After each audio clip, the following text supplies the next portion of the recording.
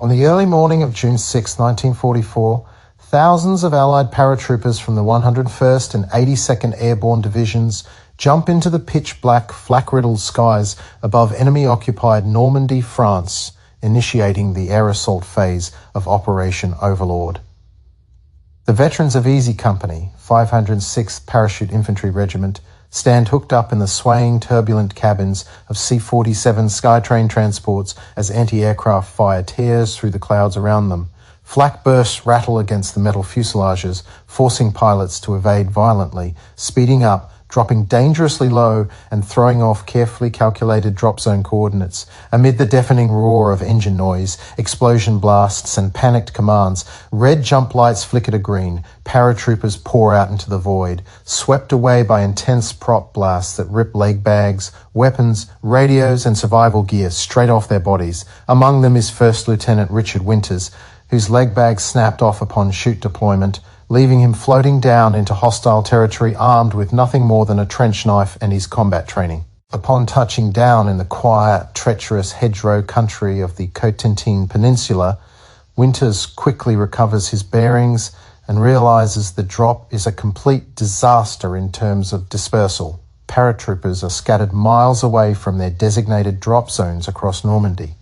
In the darkness, Winters encounters Private John Hall of Able Company, a young soldier who lost his radio during the jump. Armed with a cricket noisemaker clicker, Winters uses the challenge signal flash and receives the response thunder, gradually pulling together a small band of lost jumpers from various units, including Bill Guarnere, Carwood Lipton, Donald Malarkey, and Joe Toy. Guarnere, having just learned before the jump that his brother was killed in action at Casino, is driven by intense rage and impulse, opening fire on a passing German patrol before Winters orders restraint, establishing tight discipline among the disoriented troops. Navigating through flooded fields, drainage ditches and narrow dirt lanes, Winters leads the growing group toward a battalion assembly point near Sainte-Marie-du-Mont. Along the way, troopers scavenge weapons and ammunition from fallen soldiers and abandoned equipment bundles. Upon arriving at the battalion rendezvous at a local farmhouse, the full extent of the airborne dispersion becomes painfully obvious. Only a fraction of the 2nd Battalion has assembled. Crucially, Easy Company's commanding officer, First Lieutenant Thomas Meehan, is nowhere to be found, along with his entire plane stick, which was shot down by German ground fire. As the senior officer present for Easy Company, Lieutenant Winters is thrust into command. With dawn breaking and heavy naval bombardments thundering off the coast, Major Robert Strayer informs Winters of a critical threat to the Allied landings. A battery of German heavy artillery pieces stationed at Brecourt Manor, roughly 3 kilometers away, is firing directly onto Causeway No. 2, devastating the 4th Infantry Division troops attempting to move inland from Utah Beach. Easy Company is tasked with taking out the position immediately. Winters is given minimal intelligence.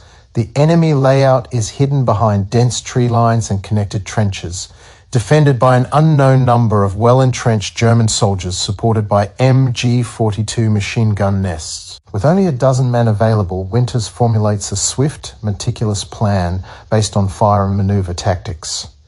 He assigns Liebgott, Petty, Plescher, and Hendricks to establish 2 base-of-fire machine gun positions along the tree line to suppress the enemy along the trenches. Winters then takes a primary assault element consisting of himself, Buck Compton, Donald Malarkey, Joe Toy, Bill Guarnere, John Hall, and a few others to flank and charge the trench system directly. Before stepping off, Carwood Lipton is tasked with bringing TNT charges to permanently spike the artillery pieces once secured. The assault on Brecourt Manor begins with brutal efficiency. Winters orders the machine gunners to open fire, drawing enemy attention while he leads his assault squad across open ground into the German trench network. Throwing hand grenades into the defensive ditches, Winters, Compton, and Guarnere clear the first trench line in hand-to-hand and close-quarters combat, driving back the German defenders. As they capture the first artillery gun, Private Popeye Wynne takes a bullet through the buttocks and is forced to crawl into a ditch, apologizing repeatedly to Winters for getting wounded. Sensing momentum, Winters leads his small squad down the interconnected trench lines to assault the second and third guns. German defenders, completely confused by the speed and aggression of the small American force, begin firing wildly, sometimes even hitting their own positions. Amid the chaotic trench fighting, Private John Hall, who volunteered to join the assault despite being from Able Company, is mortally wounded by an enemy grenade explosion inside a trench shelter. During a brief pause in the action, Donald Malarkey notices a dead German officer in an open field clutching a leather map case. Risking his life under intense sniper and machine gun fire, Malarkey sprints out into the open to retrieve it, initially thinking it might contain a Luger pistol. Upon bringing it back to Winters, they discover that the case contains a master defense map detailing every German artillery emplacement, bunker, and machine gun position across the entire Cotentin Peninsula, an intelligence windfall of monumental importance for the entire Allied invasion force. As Easy Company pushes toward the fourth gun, Lieutenant Ronald Spears arrives with reinforcements from Dog Company. Spears aggressively charges into the trench network with raw intensity, clearing the final gun position alongside his men. With all 4 artillery pieces captured, Carwood Lipton and the troopers set to work disabling them. Lacking artillery spiking equipment, they improvise by cramming block TNT into the gun barrels and detonating them with captured German potato masher stick grenades, cracking the steel breeches and rendering the artillery permanently useless. With the battery neutralized and German mortar fire beginning to zero in on their position, Winters orders a tactical withdrawal back to battalion lines. The small force of 13 Easy Company men, reinforced by a few others, had successfully destroyed a 4-gun heavy artillery battery, killed over 20 German soldiers, wounded dozens more, and captured a key intelligence map, all while suffering minimal casualties. By late afternoon, elements of the 4th Infantry Division advanced safely inland off Utah Beach along the cleared causeways.